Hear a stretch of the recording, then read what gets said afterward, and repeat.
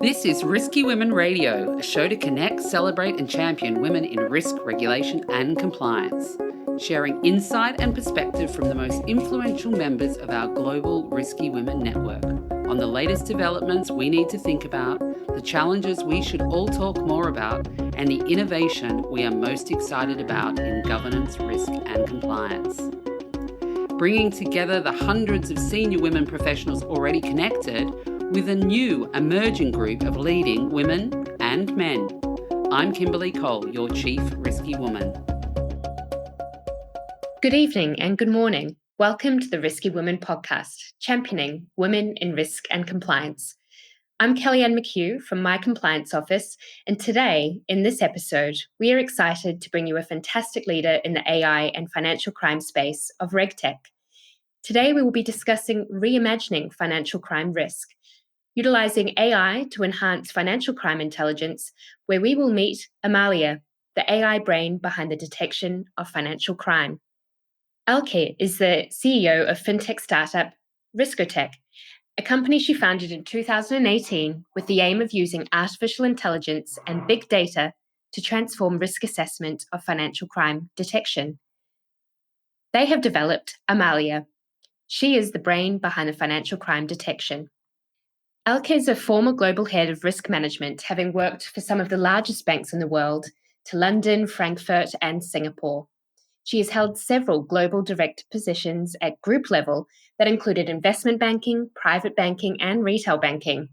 She also worked for the European Central Bank during the time of Eastern European country accession. Her core expertise is in risk, credit risk, data analytics, op risk, and financial crime risk. She is a thought leader in advocating more comprehensive risk models that take into account big data in an intelligent, high-tech supported and calculated manner. She has a BSc and MSc in Stats and Psychology from Germany and an MBA in Finance from London, an Investment Management Diploma from the London Business School, and various courses within Treasury Risk and Computer Programming, to name a few. And she speaks regularly at industry conferences, and she recently won a Kindness and Leadership Award from Women of the Future's 25 Leading Lights. Welcome to our podcast here today. Wow, what a bio. Thank you very much. It's a pleasure for us to have you with us here and speaking to our network. We're going to start off with going through a little bit around your career journey and how you got here today. I mean, just listening to your bio, it's fantastic, all of the study and the different roles and how you got into financial crime from credit risk. Tell us a little bit about your role now and what are your key responsibilities? Yeah, so now I'm the CEO of an innovative regtech startup, and that provides deep tech solution for the assessment of financial crime risk. So my key responsibilities cover a lot of them. So they cover all aspects of the business: marketing, accounting, operations, system development, product development, legal, and HR as well, and all the hiring process. So in my banking career, I used to feel really under-challenged. You can only use like a small fraction of all your skills. Now I feel that my limits have been well explored, and now we're drawing up on all my previous experience and skill, and I'm continuously learning new ones, which is fantastic. Absolutely. I'm sure that makes it all the more rewarding as well, because every input, you're seeing the real reward and output at the end. Yeah, that's true. So we've already heard from the bio a little bit around your career journey. Take us a little bit on a journey with regards to that, how you started and how you ended up here, and share some of the highlights today. So after 20 years of banking career being locked away into air-conditioned towers, and from my heart, I'm truly a nature lover. And so being born into this half a century where most of the deforestation takes place and the animals disappear, and yet I'm sitting there being a nature lover, sitting in an air-conditioned tower in the city. So I really wanted to do something else. And so after 20 years in banking, I've now taken a different approach. And with this approach, I'm thrilled that my career has now allowed me to address some of the issues also around wildlife and environmental crime, deforestation, because all of these have manifestation in financial crime. So they are done with corruption, bribery, and for the purpose of making lots of money based on illicit means.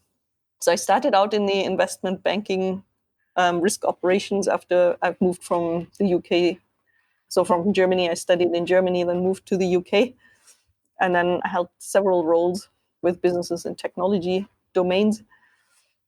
And my experience is altered between banking and consulting as well. And I've covered credit risk, market risk, operational risk, and lastly, also financial crime risk. And I have also seen banking from the corporate bank's perspective, from private, and I even worked for the European Central Bank for 3 years in Frankfurt, and had some stints in Zurich and Hong Kong and Singapore on the way to my career. So I've covered a lot of the globe. There were quite a few highlights that I would like to address. The biggest highlights of my career have taken place in just the most recent years. So it's an eye-opening experience setting up a business and defining my own direction. Is such an interesting field and such a rewarding field as well. So the field such as financial crime is just so interesting, and I never knew before I did it that it's just so widespread. The estimates, I think, are 5 trillion, but yet I found an individual or several individuals that are more wealthy than a whole country's GDP. So it's widespread, and all of us are somehow part of it, facilitating it.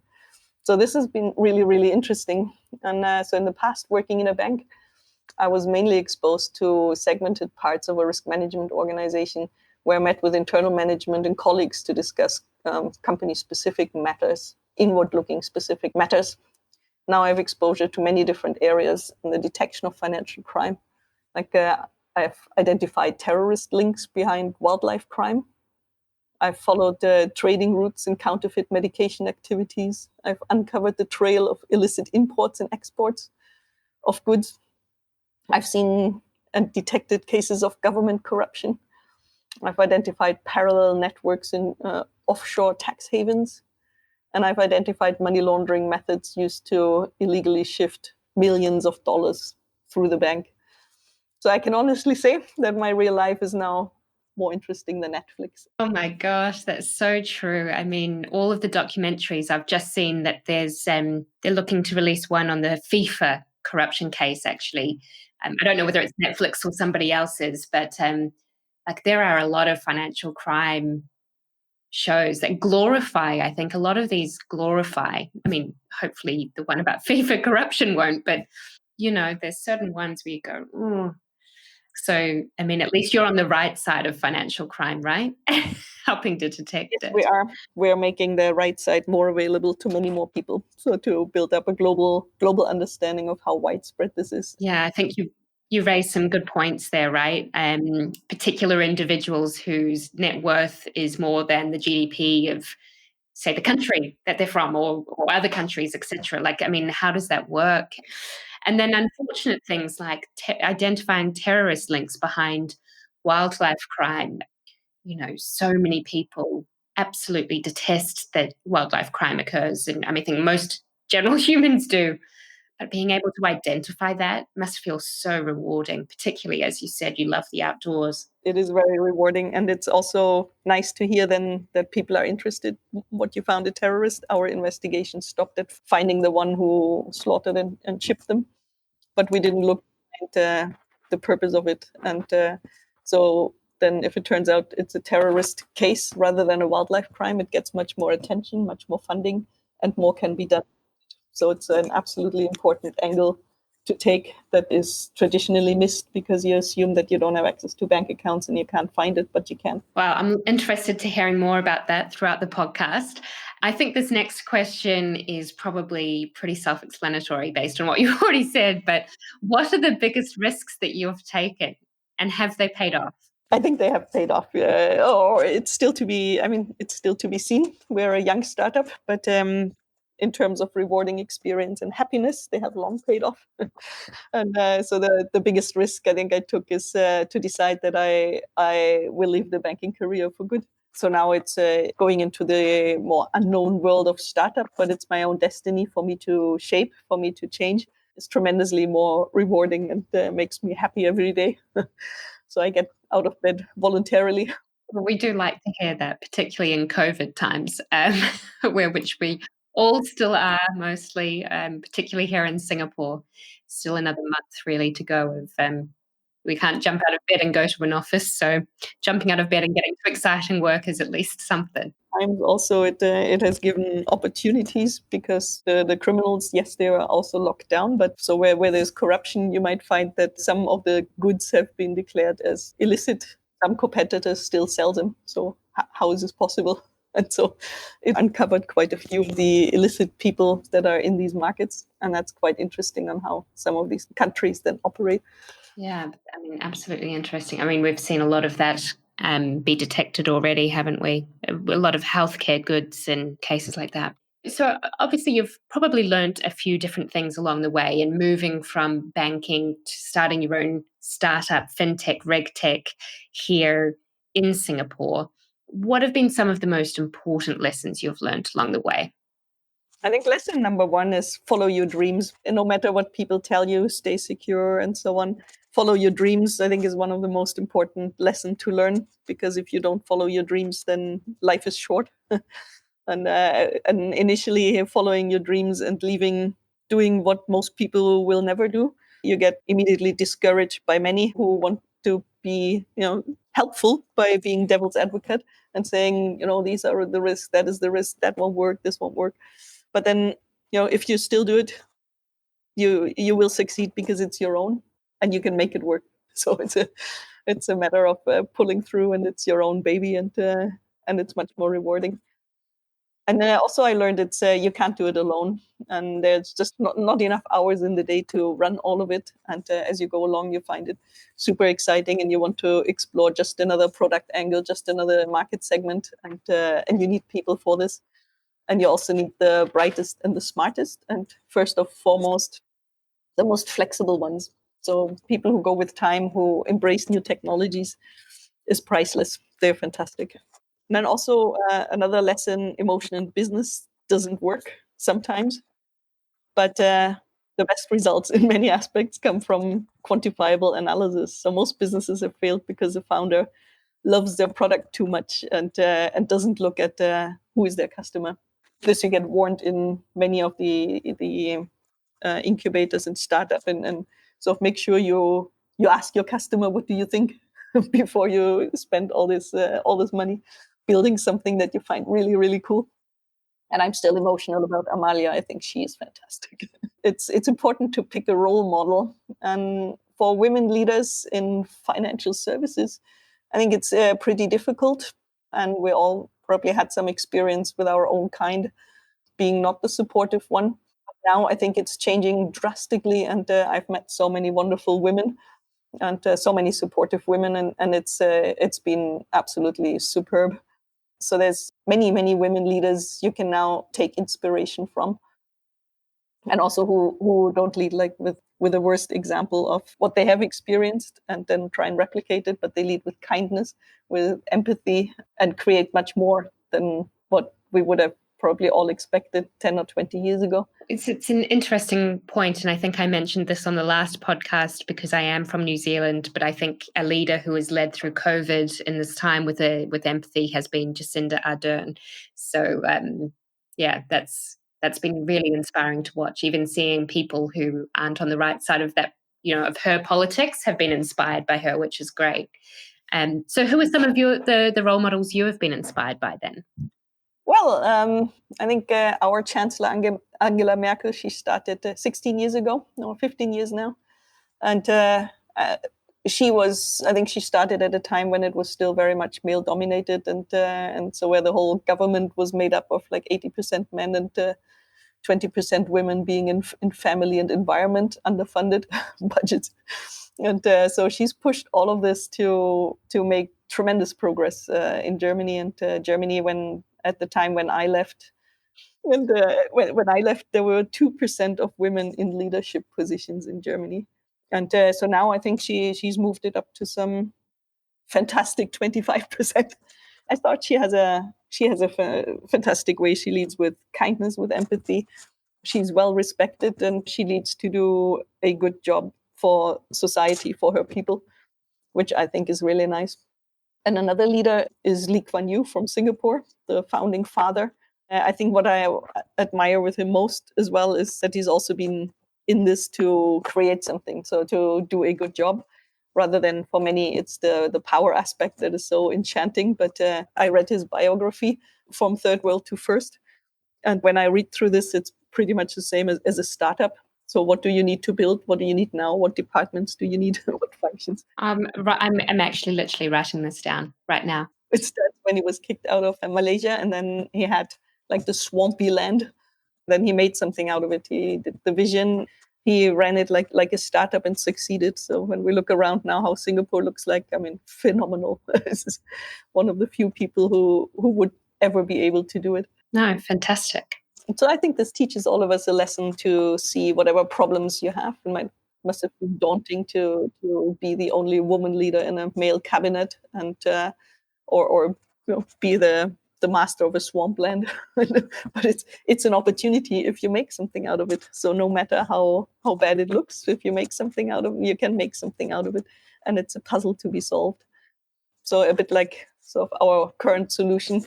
Financial crime detection is like 0.01%. But if we put our heads together, we can increase it, and we can change it. We can stop deforestation, and we can stop all these human trafficking and so on, all these crimes that are done for profit.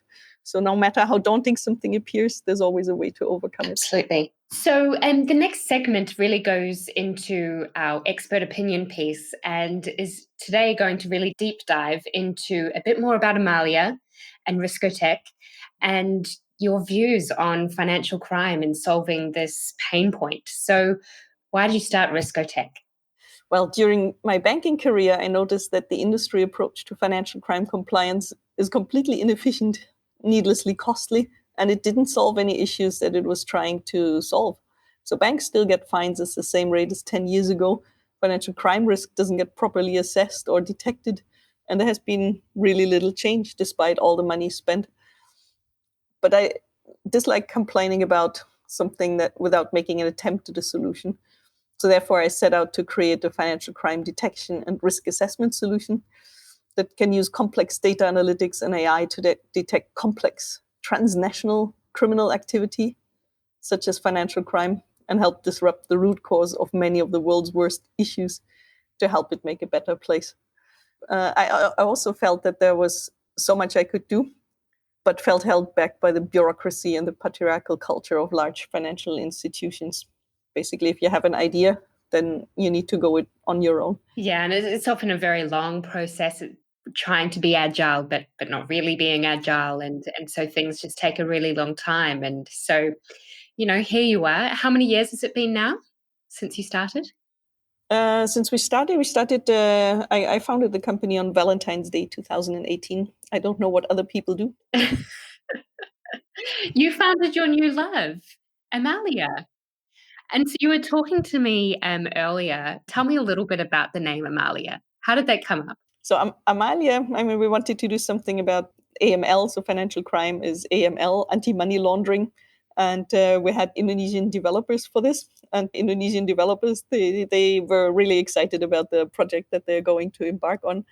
And so they were searching for names, and they had team fun. And then somebody says, oh, Amalia, my girlfriend is called Amalia, and it's AML. Why don't we call it Amalia? And so then when we saw the first draft of their solution, then it said Amalia, and we all fell in love with it. It's a fantastic idea. Absolutely. No, it's fantastic. I'm just this poor Kiwi girl from down south who struggles to say different names. But I won't forget it now. No, Amalia. And in fact, it sounds almost romantic, which you can fall in love with it. And when you start investigation, you also get it's like addictive, like you would be to a love. You just want to know one more thing. Yeah, absolutely. And the solution's helping to detect that. So, you've talked a little bit already in the podcast about why there's been so little progress in making a dent in financial crime. Tell me a little bit more about that and your experience. I think over the last 10 years that I listened carefully, there have been thousands of conferences, and I spent quite a bit of money to go to these conferences, to speak at the conferences. There's experts from banking, from government, from NGOs, there are industry groups. So they are very good at highlighting the problem. We all know why there's wildlife crime. We all know about deforestation.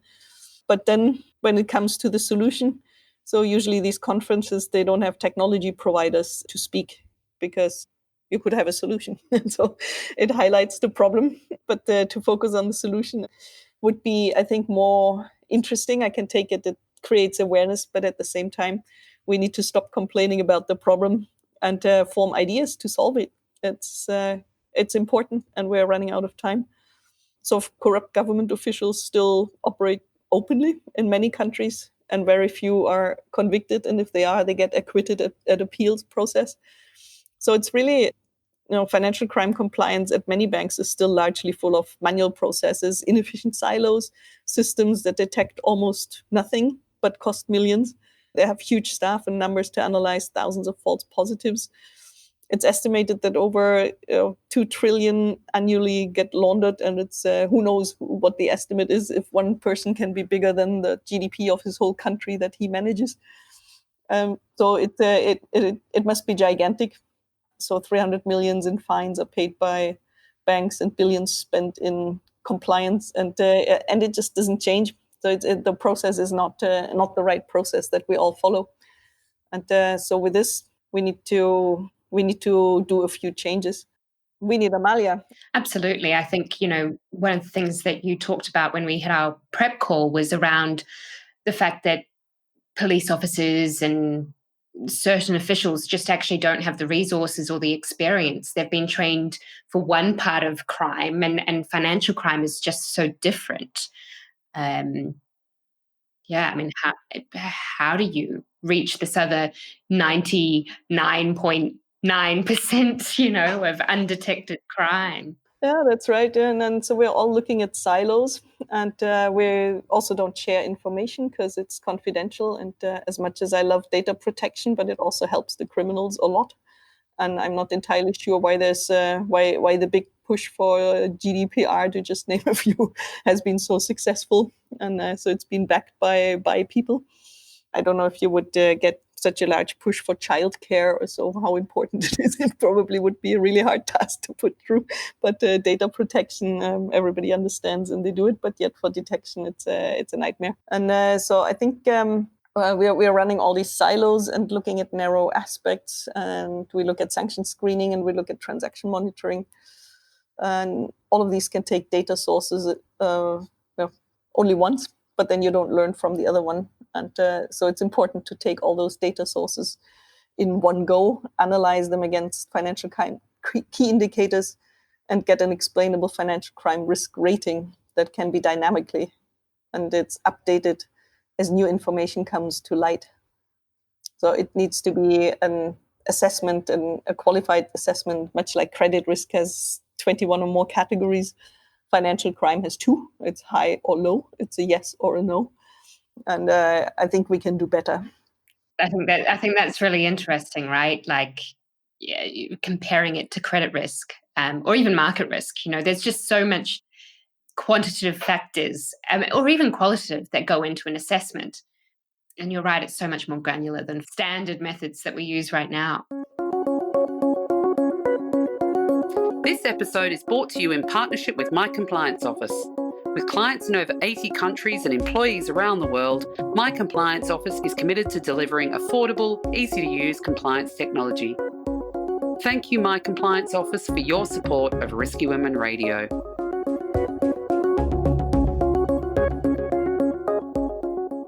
So talk to me a little bit more. Amalia, how can these challenges be solved? I just keep wanting to say that name now. So Amalia was created specifically to address those kind of issues. And so she uses our AI engine to analyze these massively big data sets, terabytes of data sets in one go, and then lets us know who appears suspicious and why they appear suspicious. And so the financial crime risk assessment and detection can be improved by simultaneously looking at analyzing all data sources relevant to the detection of criminal activity, combined with logic and AI that understands all known criminal methods and typologies. So my solution can determine who is connected to whom in a criminal network and understand how they are committing their criminal activities. in particular with the light of a risk assessment. So many tools build networks. So yes, they're connected, but how suspicious is it? And maybe it is suspicious. So if you compare that to market risk, where you lose basis points if the market moves against you, and for financial crime, you just say suspicious. You're now disembarked from banking, and it's like 100 countries are excluded from financial services, have no access to the world's financial services. It's a pretty blunt tool in the fight. Then you just drive the criminals underground. So it needs to be going away from these silos and needs to fit into one place. I don't know on how many people are still remembering that we had Walkmans, video recorders, music players, and many other things, CDs. And all of it, when the iPhone came out, all of this was redundant. And we need to get into this from the financial crime perspective as well. We need to do better and put it all together. And this is what Amalia can do. So law enforcement can use the system to detect complex financial crime activity by linking the relevant data with criminal justice data together, for example. Now, how cool is that? Somebody opens a new company, you continuously run it against the justice, and oh, this guy has been convicted, or he should be convicted, and now he's opened up another company in this country. So you could be much better, much faster at detection, and much more versatile in your response. That's interesting. I like the comment that, Amalia is the smartphone for financial crime detection. And I think, as the world in general, we've seen this in a risk compliance financial sector perspective, is demanding more open data, to really integrate with APIs, multiple different countries. We're going to be able to see, we need systems like this to be able to identify and pull that information together. So it sounds like that's a bit what she's doing. I think absolutely, and that is so essential to put it together to make sense of it. And this is what AI technology can really do. Yeah. So tell me a bit more about that. I've been passionate about AI for a while. I used to work in a regulatory compliance space where AI is very much so needed in mapping obligations, etc. So, and reading legal text, which is challenging. So tell me a little bit, how does AI tech help you from a financial crime perspective? Yeah, so through AI technology, systems can be taught to think like a money launderer. And we even have a training course titled Think Like a Money Launderer. And we teach places like Interpol or financial institution to think like a money launderer and teach the currently known methods, which many are known. They're scattered all over the internet, but they're not in one place. And they're not sort of in bite-sized chunks that you could immediately use to detect under time pressure. So we use them, and using these to learn how these will change in response to new variables, new controls, for example. You put in new laws or methods of detection. So to give an example, if a customer submits the same invoice number multiple times in support of a trade finance letter and makes this trade always with the same counterparty, which relates to products that are unusual for their stated business, AI can then be used to detect the various combinations of suspicious indicators in this pattern. A bank will not need to rely on a small number of people that are highly experienced analyzing, reviewing many pages of these trade documents to spot this. AI has the added benefit of removing the concentration risk of key people leaving the organization.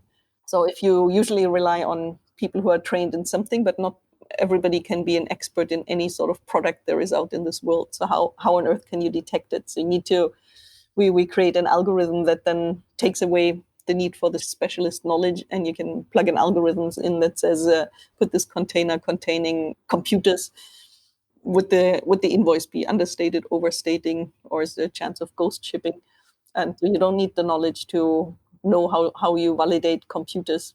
And then Amalia will tell you. And also, like if you have a container that has a certain weight, is from a tea company, but all of a sudden it's heavier and it took 48 hours to be delivered to the port, which is only 1.5 kilometers away, then it should flag up to say, watch out, in this container there is something in it, and you'll find elephant tusk. Oh gosh, I've just got goosebumps thinking about that. I mean, it's fantastic that you can utilize this tool for doing this. And I think, absolutely more law enforcement, financial crime, FIUs need to be utilizing this. I mean, it sounds fantastic. If there's a country or a FIU that just knows that there's lots of financial crime in this particular space, and you've got the algorithms and the knowledge to help detect it. Would be so much more efficient than just paying fine after fine. I mean, how much can you pay into a system, and how much would you save in the fine alone? And then you wouldn't make all the mistakes rejecting normal people because they exceeded the threshold of $10,000, or they've moved addresses one too many times, and you reject this business, you pay these fines, but you wouldn't invest into revamping your system infrastructure. So I think an intelligence system like ours that puts it all into one place could really help banks also grow again, make more business, accept more people again. Yeah, absolutely, because of that risk assessment piece as well, right? Yeah, absolutely. Yeah. So it would tell you that this person is like 40% risky. There's something about them, but we think so in the absence of other things and positive other factors, we think it's like 40%. Then the risk officer can really go and say, I accept 40%. And but I wouldn't accept 80%. So then it becomes an intelligent way to set your own risk appetite. Absolutely, and choose the products that person's going to be able to have from you. Yeah, I think it would be very, very useful and would help everybody. So that there's only winners in this, except the financial criminals, maybe. But they'll find new methods. So they're also pretty smart. So they retool anyway. Yeah, they do, as we've seen on those Netflix series. So how will financial crime compliance evolve in the future? What is your future vision for financial crime compliance? I think first and foremost, so new data is being created at the exponential rate. So it's the ability to ingest and analyze these new databases that are created everywhere is the crucial thing. And the better we get at ingesting new data, the better it will be for the detection. So financial crime, I think, will become easier to detect in the future as we're starting to be able to make use of all sorts of inputs, including image and video recognition, geolocation, social media, internet data, and many other data sources that could be analyzed simultaneously to detect suspicious activity. And both public and private sectors will also gain the ability to effectively predict criminal activity using predictive analytics and AI that can spot patterns that are likely the precursor of financial crime. So I think criminals will need to change, and they will adapt to much more than previously in response to these new capabilities employed to detect them. They too will also be using AI and learn how to counter any detection measures and predict what law enforcement will likely try next. This will spark off a technology arms race, I'm pretty sure, and no end until perhaps the technology takes over, like the rise of the machines. So until Amalia gets really big, or Amalia gets pregnant and gets more more little Amalias. Little baby Amalias. Oh. And I also think laws and regulations are being improved. So we already see that the typologies that regulators put out there much better than they were 5 years ago. And so they will be more specific, more gets detected, more gets documented, more we can put into algorithms to identify those beneficial owners. And penalties will perhaps increase for those who don't act. I also think anti-corruption platforms are starting to be the key to winning. And I think this, in many countries, this will provide a drastic change. I think as people are getting more aware of how widespread financial crime is, the more they will get motivated.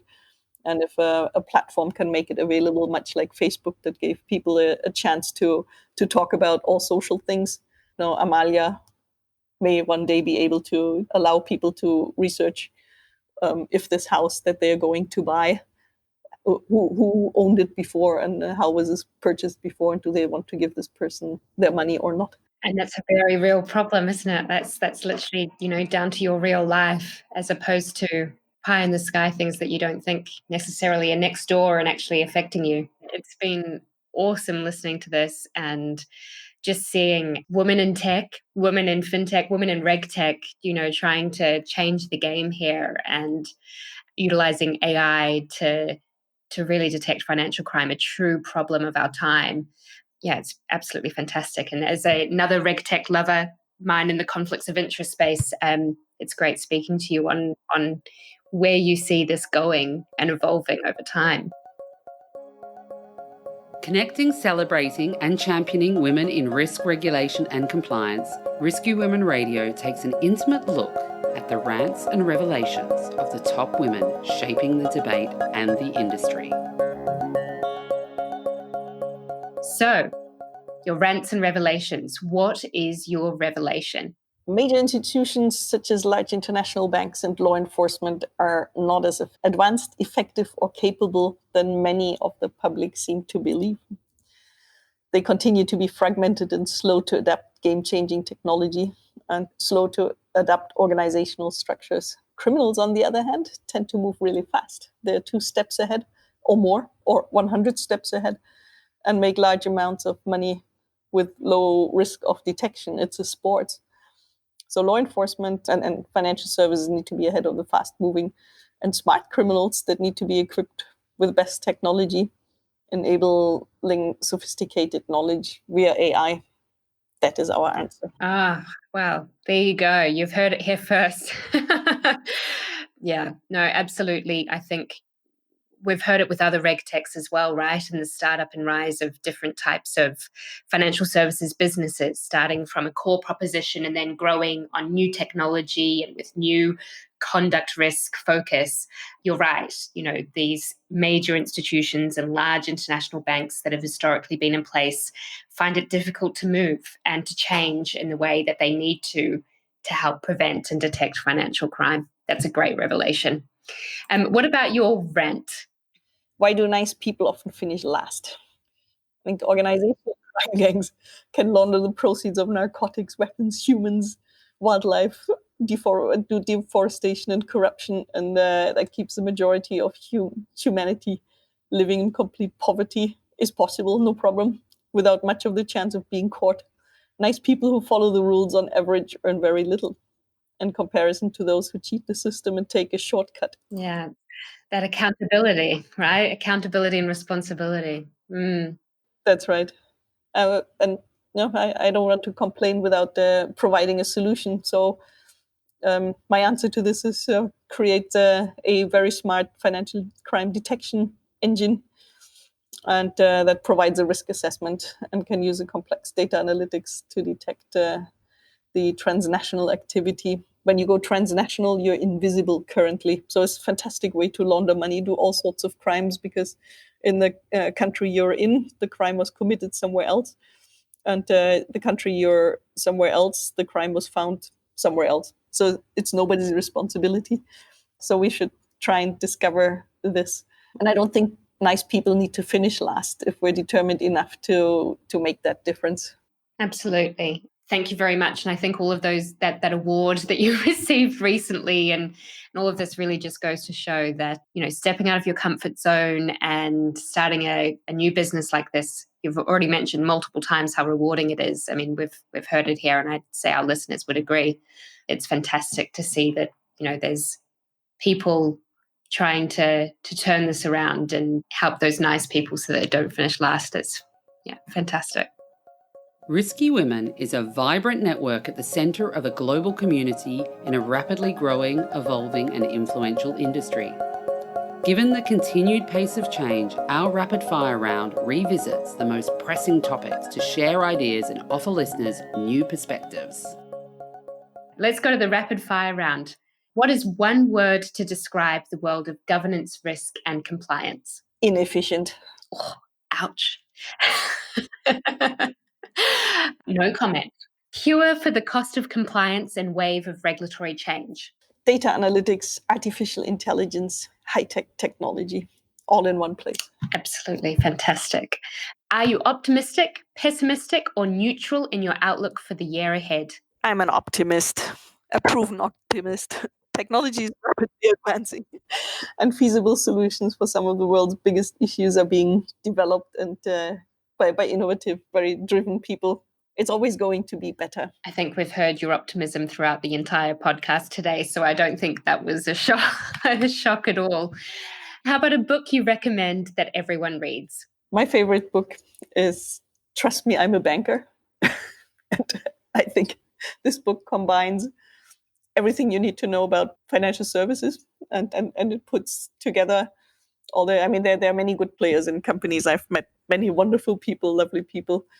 But I've also met a few not so lovely people. And this book combines the characters of all these few not so lovely people and combines it into one character. And it's entertaining, hilariously entertaining. And it was released during the credit crisis. David Charter has since released a few more. So if you want to giggle a little bit before falling asleep, this is the book to read. There we go. And we also had that other book recommendation earlier in the piece as well from Singapore's founder. So we're going to be busy. Something to watch. My favorites are around the money laundering things on Netflix. So Narcos, it's a Netflix crime drama on the story of the drug kingpin Pablo Escobar and the other ones who followed. And it's old school money laundering, still relevant as drug dealers of narcos have had little need to change because they're not detected. So they still can operate a lot. And if they are detected, they cannot get convicted. And I also like Call Saul. Call Saul is a predecessor from the Breaking Bad. And Saul Goodman is one who tried it the nice way, and he just couldn't find traction. He was too innovative, too disruptive, and didn't fit the normal lawyer pattern. And eventually, he ends up working for the criminals because they accept him the way he is, and they can use his talents best. And so, it's the story of a really lovely lawyer turning into a lawyer for criminals. Excellent. And then your favorite podcast or something to listen to? Yeah, I mean, I've had a fantastic experience now being recorded. So I think Risky Women podcast is excellent, and we need more of those. I'm looking forward to seeing the other podcasts as well, or hearing rather. And I think you were mentioning earlier that you're a bit of a fan of TED Talks as well. I'm a fan of TED Talks, and I listen, so in particular in like the guidance kind of ones, for business coaching. So the how do you sell, how do you market, how you select the right talents, how do you run your business, and so on. These are very inspirational ones, and I'm really grateful for people who take the time to talk a TED Talk and then make it available to all of us. This is something like we want to do for the algorithms. Is here's your advice what to look for, and then it's available to everyone. No, absolutely. It's all in the greater good of improving our hit rate from that 0.01% that we potentially think it is for financial crime. Let's spread the word and help to detect it. Well, thank you very much. It's been fantastic speaking to you. And we look forward to seeing how you go here in Singapore. And I look forward to meeting you post-COVID and perhaps seeing a little bit more of how Amalia works. Thank you so much. And thank you for interviewing me on this Risky Women podcast. It's an excellent initiative and very insightful. Thank you for listening to this exciting episode of Risky Women Radio to connect, champion, and celebrate women in risk regulation and compliance. I'm Kimberly Cole, based in Hong Kong. For more information on the Risky Women Global Network, head to our website in the episode notes, and please be a part of the ongoing conversation by subscribing to this podcast, connecting with us at Risky Women on Twitter, or even reaching out to me directly by email.